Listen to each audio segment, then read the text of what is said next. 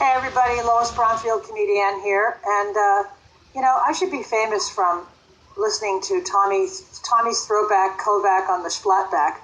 Okay, you know what? I can't say it. Anyway, I love being on the show. He's funny. He asked me 1,000 questions. I have no answers for any of them, and so I wish he would just stop jerking off and ask me more questions. I think he jerks off the whole fucking time, but that's okay because as soon as the interviews are over, I take a huge dump. Great show, love it. Hey dudes, welcome to Splat from the Past, the only 80s themed horror and sci-fi show where things could get totally radical. Now today, I will be welcoming a legend in the first wave of stand-up comedy in the 70s and 80s, and I'm talking about Barry Diamond. Barry, of course, you all know him as Rudy in the 1984 Tom Hanks classic Bachelor Party. And he also was in National Lampoon's Class Reunion. He was in National Lampoon's Movie Madness as well. And he was on an episode of Seinfeld that was really funny. And he was in a movie called Midnight, which is a horror comedy with Tony Curtis and Lynn Redgrave. And he's one of the early Comedy Store guys. And it's going to be great to have him on the show today. I just can't fucking wait. So, here is my interview with Barry Diamond. Hi. Hey, Barry. Welcome to the show. How are you? Hey, good. How do I look? You look very good. You know, I brought you gummy bears because you wanted snacks. Oh, boy. Did you happen to get the chocolate-covered gummy bears? I got the regular ones, and unfortunately I ate them all.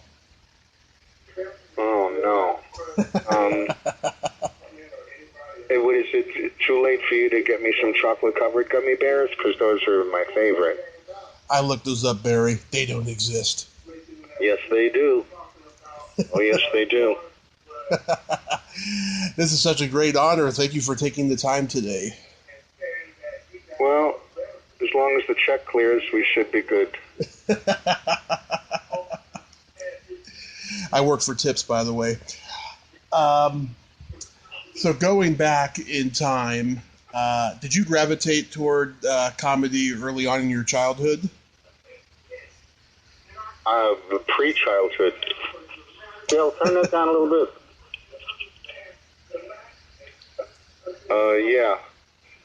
Yeah. I was always funny. Mm-hmm. Yep. You were watching the Ed Sullivan Show and the Tonight Show and all that.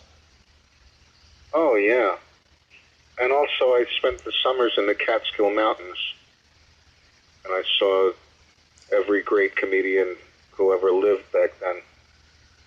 The Borscht Belt Circuit. Right. Nice. What comedians did you like? Well, Jonathan Winters was my all-time favorite. Jonathan Winters. Yeah, he was my idol. Mm-hmm. Is he your biggest influence? Yeah, definitely. Yeah. Mm-hmm. Who else would you like? Well, I think George Carlin may be the greatest comedian who ever lived. I agree. Yes, God, that every two, 3, sometimes 5 years, he'd have a new HBO special, and it would always be different material. And occasionally, you would hear one joke from like 2 previous specials. But that guy, he was just magnificent. Well, there's nobody I can think of who has the more iconic bits and pieces of material than he does. There's nobody I can think of that he has that has more famous routines than there's nobody. Yeah. I mean, Pryor, he had a lot of great bits too, but they're not as iconic as, Carlin's is. George Carlin was a genius, and I don't throw words like genius around. Mm-hmm. But he was an amazing, brilliant comedian, and had an amazing career. Yeah. I mean, from the beginning to the end. Yeah. He should have been even more famous than he was. Mm-hmm. Yeah. But he was. Yeah. For me, as much as I love Jonathan Winters, and God knows I did, Carlin was remarkable. His thinking, just amazing. Mm-hmm. I mean, take a look at the body of work that he left behind is extraordinary. Yeah, no one else is ever going to duplicate that because he was it. He was the man. So you're you're originally from New York. That's right. You from Brooklyn? The Bronx. The Bronx. And after high school, did you decide you were going to get into showbiz? No, I went to college in Alabama. Mm-hmm. Wow. That's where I did my first show in college. Wow. Was that a culture shock for you? No, I adjusted pretty well. I liked, after 18 years of living on the same block in the Bronx to get out of town and go someplace else. So it was good. I enjoyed it. I had a good time there. Mm-hmm. So it was a college talent show that you did? No. Some friends of mine knew that I was very funny. They suggested that I do a comedy routine the next time we had a concert at college. It was called Big Name Entertainment. Right. And during the course of the year, they'd have different bands, big bands, come in and do concerts. And the next show was the Allman Brothers Band. Oh. It was February 8th, 1971. And I wrote up this routine. I had never been on stage before in my life. Mm-hmm.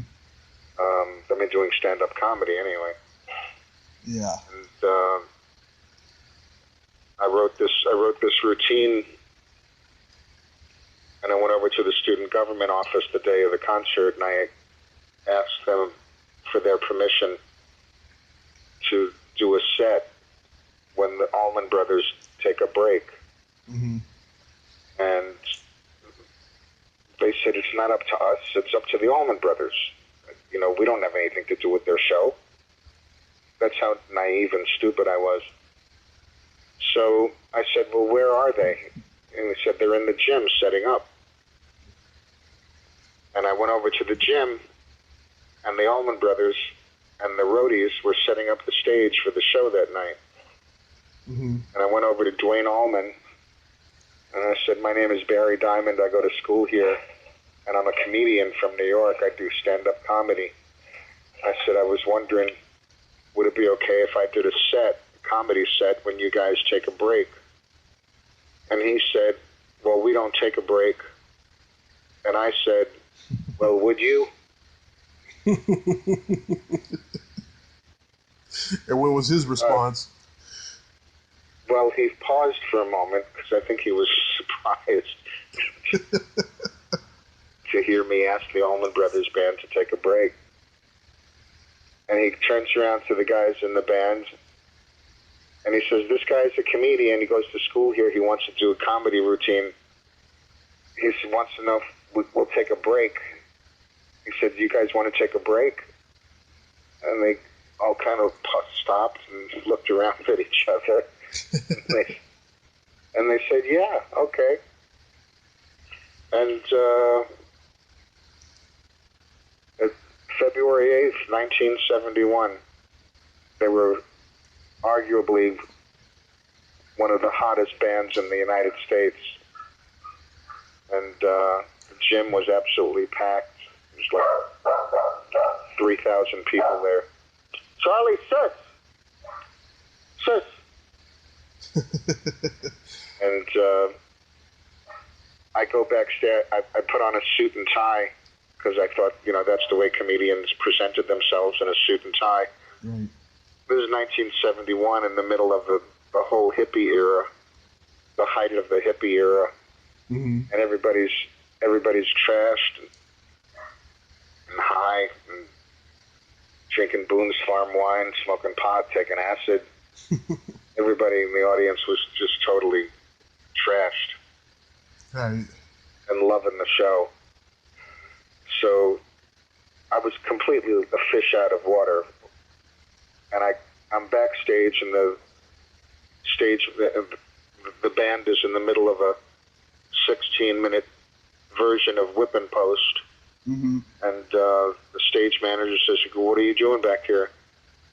And I said, "Well, didn't they tell you so? I'm going to do a comedy routine when they take a break." And he said, "You're going to do a what?"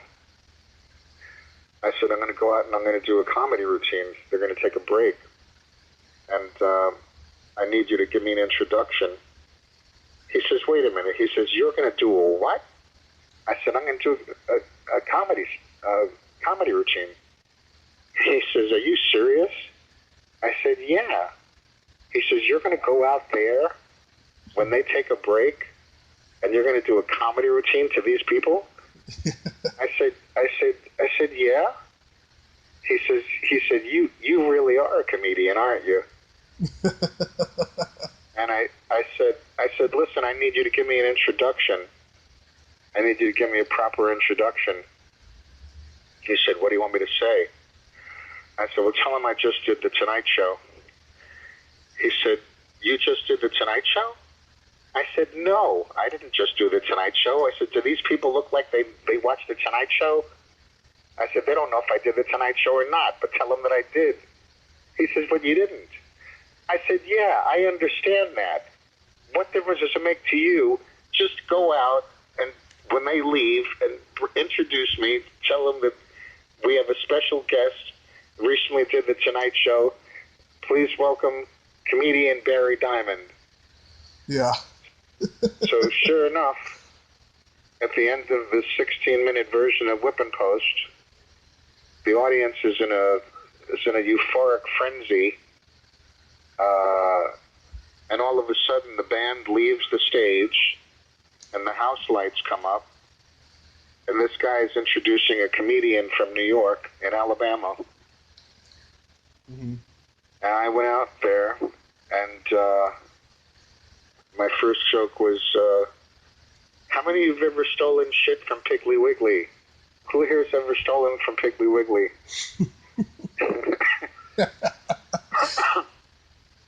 And then I was talking about the Piggly Wiggly store, that they have a rifle and shotgun section in a grocery store. Yeah. I said, I went over to the guy, and I said, "Can I see a shotgun?" And the guy says, "Yeah." And I said, takes me out a shotgun, and I said, "You have any shells?" And he goes, "Yes, sir, we got boxes of shells." I said, "Can I have 2 shells?" He goes, "Well, what the hell do you want 2 shells for?" I said, "Well, I want to fire a couple of rounds down the aisle here and see if the gun works. If the gun works, I'll probably buy it." He says, "You better get..." Anyway, I don't know how far I got into this routine, and then I started doing the thing about Midnight Cowboy, about the characters that Joe Buck would meet in New York if he really met New York people. Yeah. Anyway, I don't know. I was out there for, I don't know, maybe 5 minutes, 7 minutes. I don't know how long it was, but all of a sudden they're screaming at me. They're screaming, "Get off!" Yeah. Throwing shit at me. They're yelling at me, "Get off! You suck!" Just everything imaginable you could yell and throw at a comedian. And the man who was the student faculty advisor was this 50-something-year-old preacher. And I even remember his name. His name was Marvin Vickers. It sounds like a preacher in Alabama, Marvin Vickers. Yeah, it does. It does, doesn't it? Yeah. That was his name, Marvin. I swear to God, I never forgot his name. He comes up and he puts his arm around my shoulder, and And these kids are screaming at me and throwing shit. And he says, "I think you've had enough, son." And I said, "Well, I guess I'll come back when we have a more mature audience." I'm walking off the stage, and the Allman Brothers came out because somebody told them they better get the hell out back on the stage because there's going to be a riot. Mm-hmm. And they came out, and as I'm leaving the stage, Dwayne Allman points to me, and he says into the microphone, he says, "Ladies and gentlemen, a true citizen." I have no idea what the hell he meant by that. I don't know what I just remember him saying that. And I walked off the stage out of the back of the gym and walked back to my dorm. And I was just kind of shattered. Wow. And the next time I got on stage to do stand-up comedy was almost exactly 4 years to the day after that in New York at Catch a Rising Star. Wow. February 10th, 1975. Wow. So you started doing Catch a Rising Star by then. Who was like the guys that were like, coming up at that time with you? Oh, Larry David, Jerry Seinfeld. Mm-hmm. Richard Belzer was the MC at Catch, and he was fantastic. He was great. He was so cool. Yeah. He was so hip. He was so funny.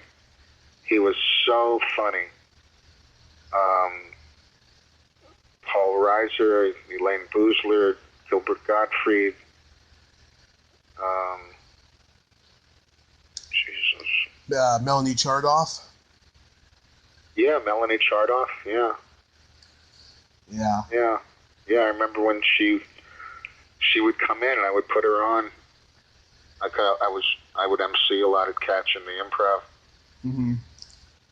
And yeah, Melanie Chardoff.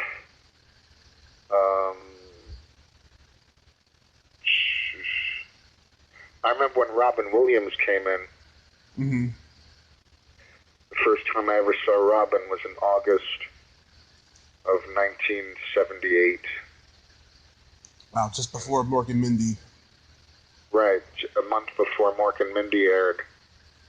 And apparently he was dating Elaine Boozler. Mm-hmm. And Elaine came in with Robin, and she said, "Put this guy on next. He's got a series on ABC next month." So nobody knew who he was. Yeah. And I brought him up, and I'm standing in the back of the room with Larry David, and we're watching Robin. He's not using the microphone. He's not standing on the stage. He's walking all over the room doing soliloquies from Shakespeare and God knows what else. And it was overwhelming. It was awesome. We had never seen anybody like this.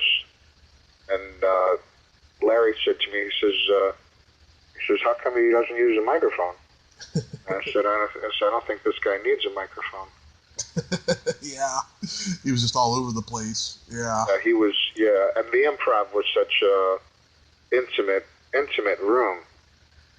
It was just such an intimate club. And when it was packed, I mean, the energy was electric.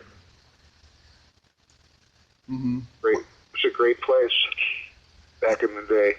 Yeah, it was an electrifying time from what I've been told and stuff. I heard Pat Benatar used to perform songs at Catch. Oh, yeah, I used to tour with her. We used to do Catch a Rising Star tours. Mm-hmm.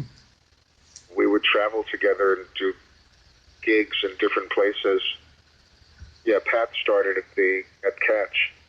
Yeah. And then Rick Newman was her manager. Rick Newman, who owned Catch, managed her. Wow. Yeah, she was a real sweet girl. She was really sweet. That's what I've heard. Yeah. Wow, that was an amazing time. What year did you move out to L.A.? 78. I moved out about a month after I saw Robin. Wow. Had a development deal from Norman Lear. Oh wow! Did that come to fruition? Well, they paid me $50,000 for a holding fee, Mm-hmm. CBS, to develop a project that Alan Thicke wrote for me called Singles Complex. Mm-hmm. And CBS never picked it up. Oh. But that was the most money that I ever made at that time. I mean, all of a sudden, I'm in 1978, somebody gave me $50,000 to come out to California. Wow. And did you go right to the Comedy Store? Yeah. Well, first the Improv, because that was my home club, and then the Comedy Store was doing much better than the Improv was. The Improv was just starting, and there was tremendous jealousy between the two owners of the clubs. It was just bullshit. They were saying, if you work at the Improv, you can't work at the Comedy Store. If you work at the Comedy Store, you can't work at the Improv. And of course, it's all dependent upon who you were. Yeah. Whether or not where you worked. But, yeah. The Improv was struggling back then. They had just had a fire. Mm-hmm. The Improv was over on Melrose, and the Comedy Store was over on the Sunset Strip, which is it was located absolutely in the best location on the planet Earth that you could put a comedy club, right in the middle of the Sunset Strip in Hollywood. Mm-hmm. I mean, that, if they say location is everything, they yeah. could not have had a greater location for the Comedy Store. And it's the 3 rooms under one roof. There were 3 rooms running simultaneously. The original room, the main room, the belly room. And, it was an electrified time. It was a wonderful, wonderful time, for sure. Did you get there just before the strike happened? Yeah. So you saw Tom Dreesen and Alan Steven and Leno and Letterman at that time. Oh yeah. Yeah, we were all picketing the club. Yeah. Actually, when I first came out to LA, Leno picked me up at the airport. Mm-hmm. When I first came out. You two were really close.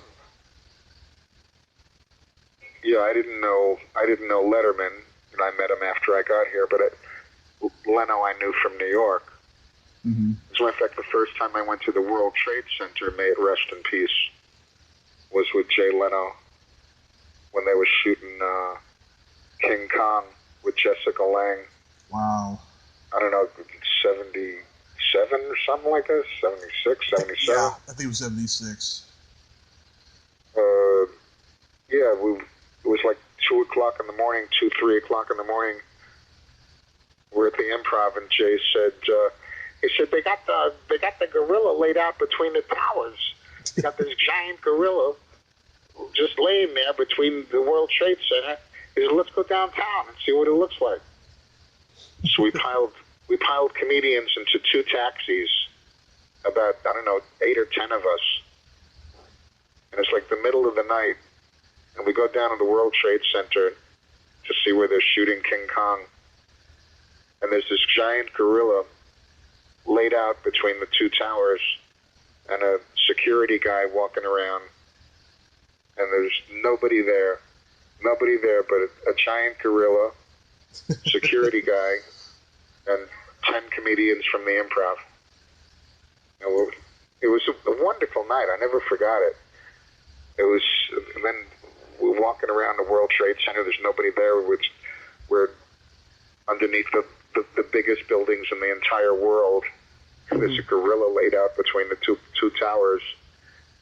And we were just walking around having fun. And then we went down to Chinatown for breakfast about 5 o'clock in the morning. Yeah.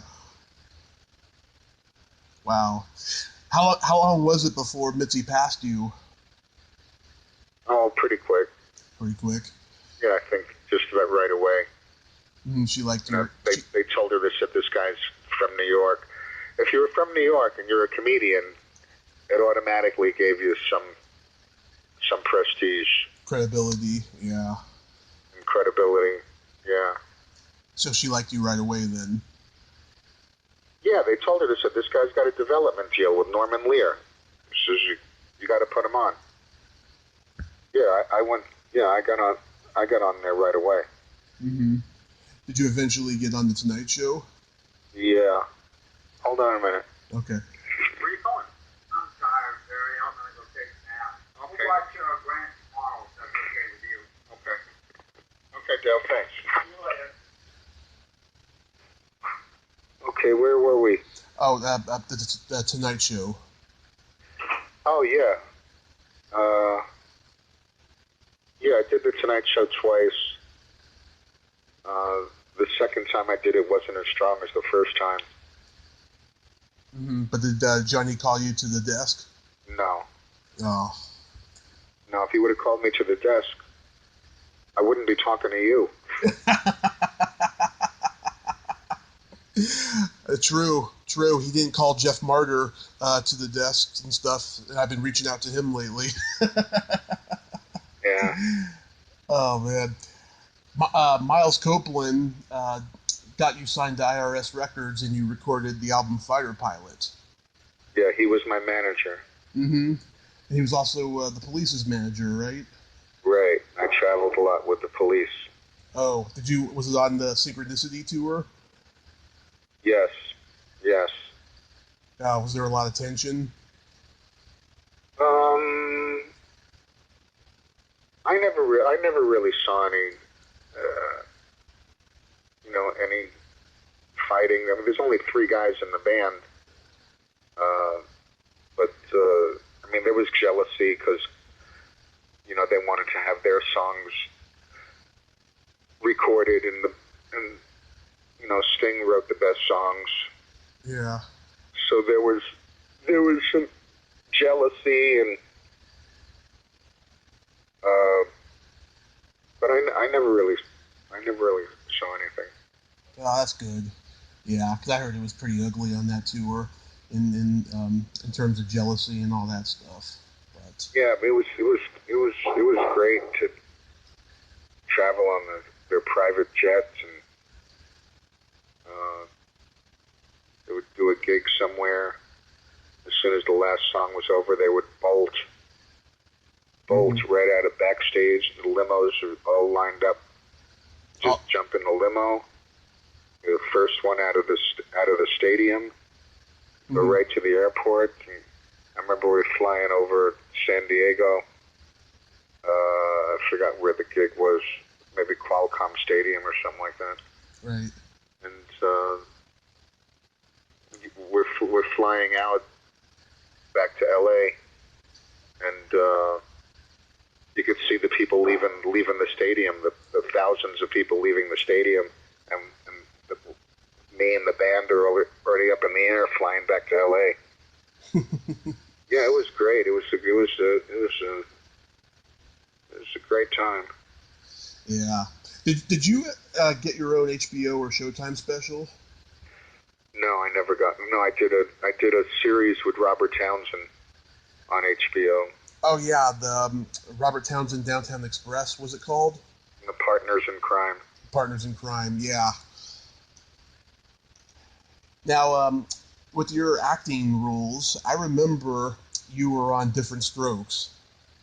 Right, yeah. Yeah, the Tudor episode. Right. Yeah. Was Gary Coleman a brat by that point? No. I mean, no. He was a cute little kid. Mm-hmm. Yeah, exactly. He was one of the biggest stars in the country. For briefly. Yeah. I heard later on he became kind of bratty, and even in adulthood he was kind of bratty. That's good, though, that you got to see the good side of him by that point. Did he die? Is he dead? Yeah, I think he died 8 years ago or something like that. Yeah, I think they're all dead, actually. Todd Bridges, he's still alive. But Dana Plato's dead, Conrad Bain's dead. Right. But Todd Bridges is still alive. Yeah, that's a surprise, because I think he was the one who had the most problems of everybody. Yeah, you were always seeing him in some kind of tabloid headline or something. On the way to jail or something. Yeah, for like 20 years or something. Yeah. It's crazy. And then you played a junkie in National Lampoon's Movie Madness. Right. Yeah, which director did you work with? Bob Giraldi or Henry Jaglom? Henry Jaglom. Yeah, what was he like? He's a very strange cat. He comes from a very, very rich family. Related somehow to the Rothschilds, I think. Mm-hmm. But he came from an extraordinarily rich family. He was a very, very peculiar guy. Wow, you would think a guy who's made the kind of movies that he made, you would think, with his background of being rich, he would put some effort and some money into his movies, I hated his movies. He did one good movie. I forgot what the name of it was. Something about ducks. Sitting Ducks, I think it was called. Yeah. But I hated the movies he did. He was a horrible director. Yeah, they were like. I remember I went to a screening of a movie that he did with a girlfriend of mine who was in the movie, and she took me to the screening at the Directors Guild, and the place is packed with people, and it was so unwatchable. It was so unwatchable that I'm sitting there and I'm thinking, well, I got to get out of here. But you really can't get up and walk out of a screening. You just don't do that. It was a cast and crew screening. There were several hundred people there. And I said, I can't take it anymore. This is torture. And I actually got on my hands and knees and crawled out of the back of the theater. Oh. And then at the end, after the movie's over, everybody goes out into the lobby and there's drinks and food and shit, whatever. Mm-hmm. I ran into Henry, and I didn't know what to say to him because I just couldn't bring myself to tell him how much I loved the movie because it was just so horrible. I had to say something to him, and I said to him, I remember I said, well, Henry, you did it again. I said, you did it again, buddy. Man. Yeah, he's done some pretty bad movies. And somehow he's revered, Well, no, but I don't think anybody knows who he is today. Not today, yeah. But, he was revered for a long time. I mean, I wouldn't put him on the same list as Scorsese or Woody Allen, but he was definitely a guy that, back in the day, if you heard his name, you kind of knew who he was, Yeah, well, like I said, he came from a lot of money. I think he kind of bought his way into show business. Oh, one of those guys. And then you did another National Lampoon movie, Class Reunion. Right. That was a good movie. Yeah, how was that experience? That was great. That was a lot of fun. I've interviewed two ladies that was in it, Wendy Goldman and Muse Small, and they said it was a pretty funny, funny time. Did you interview Wendy Goldman? Last year. Where is she? I believe she's in New York. Yeah, she's a cute little girl. Yeah.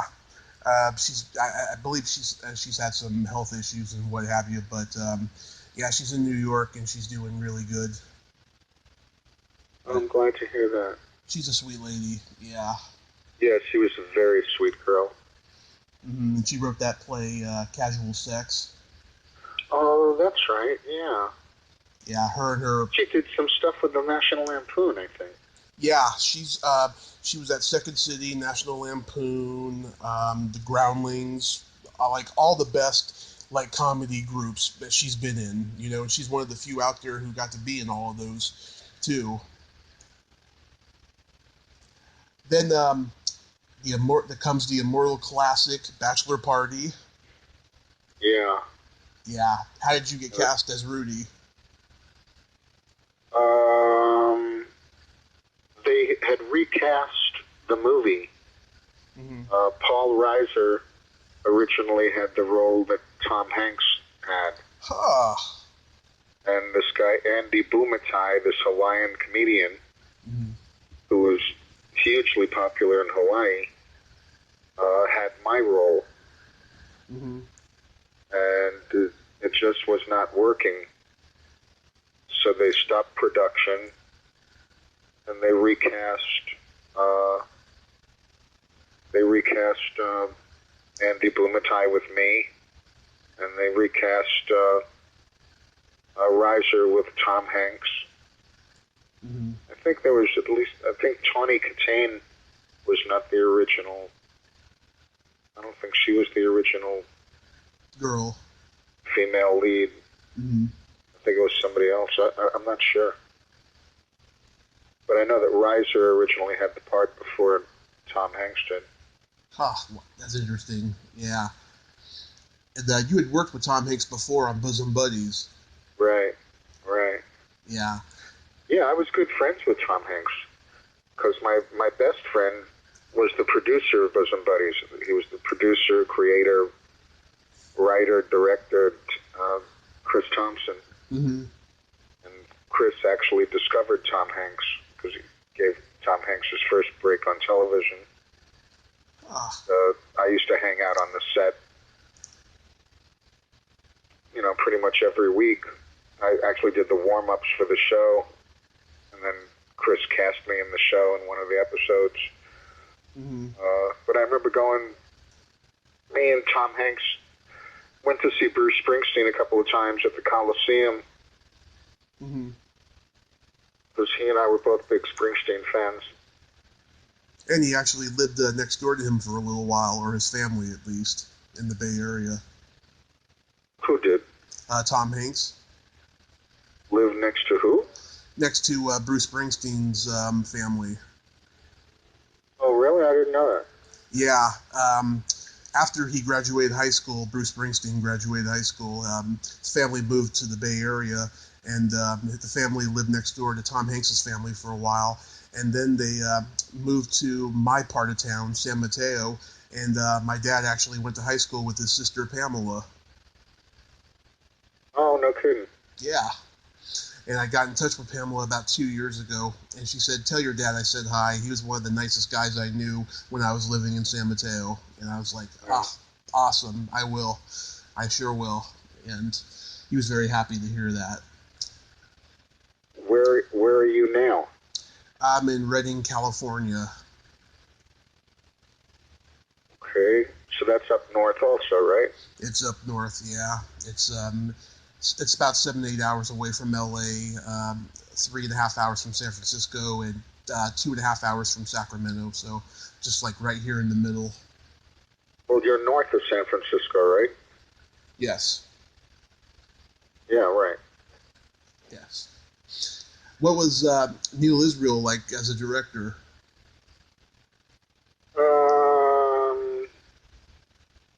He shared the directing with somebody else, somebody who knew how to shoot a movie. Really? His directing was some collaborative effort between him and at least one or two other people.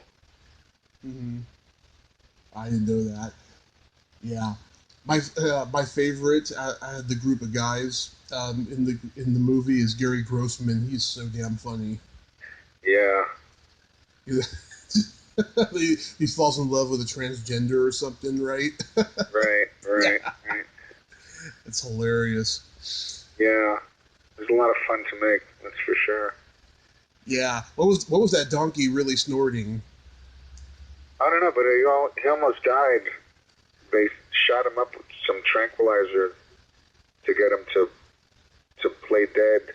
Yeah. And he wasn't coming to and reviving, and they had to shoot him up with something else to get him back alive. Oh. Everybody was freaked out on the set that they thought they killed the donkey. Yeah. Oh man, that's terrible. You couldn't do that today. No. Man. You did a horror comedy with Lynn Redgrave and Tony Curtis called Midnight. Yeah. You have any stories about that? No, other than meeting Tony Curtis, who was was a Hollywood legend in the declining years of his career. Mm-hmm. That he was doing this piece of shit movie. Yeah. It was interesting to do a movie with Tony Curtis. Mm-hmm. Was he nice at least? I don't remember. You don't remember? Yeah, I don't think I had any scenes with him. You didn't meet him, maybe? Oh, no, I did meet him. Mm-hmm. But I don't know if we had any scenes together. Oh, okay. Any stories about guest starring on Seinfeld? No, none in particular. I mean, Larry was a good friend of mine. He got me the gig, and I knew Jerry. We all started together. Right. In fact, I saw you and Jimmy Brogan in his Netflix special a couple years ago.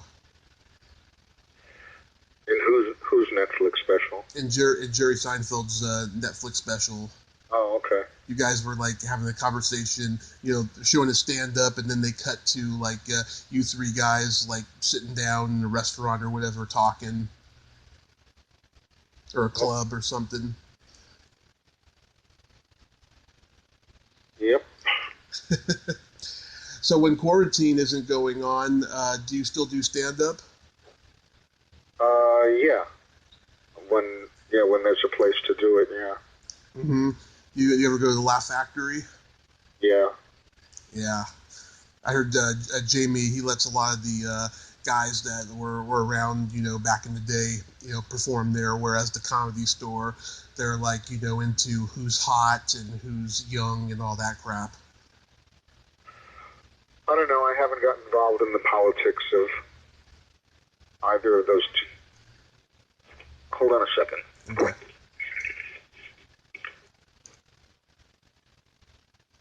Yeah.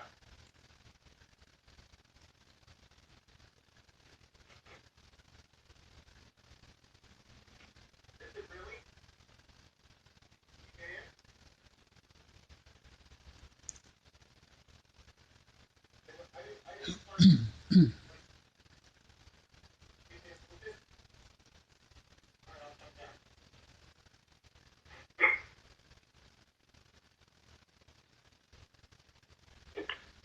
Yeah, unfortunately, I got to cut this short. I have to move my car. Oh, that's perfect. We covered a lot of ground and stuff, and I'd like to thank you for coming on tonight, Barry. You got it. My pleasure. Okay, have a good night. You too. Thanks. Okay, bye-bye. Bye. Well, there you have it. Barry Diamond. Ain't he a cool dude? Funny guy. Some really good stories there. I liked him a lot. If you like this video, everyone, please subscribe to my YouTube channel. Add me as a friend on Facebook. Join my Tommy Kovac comedian page on Facebook. Follow me on Twitter and Instagram and all that fun stuff. Well, that's all time we have this week on Splat from the Past. Until next time, this is Tommy Throwback Kovac saying there's no shame in living in the past because the present sucks. Later, dudes.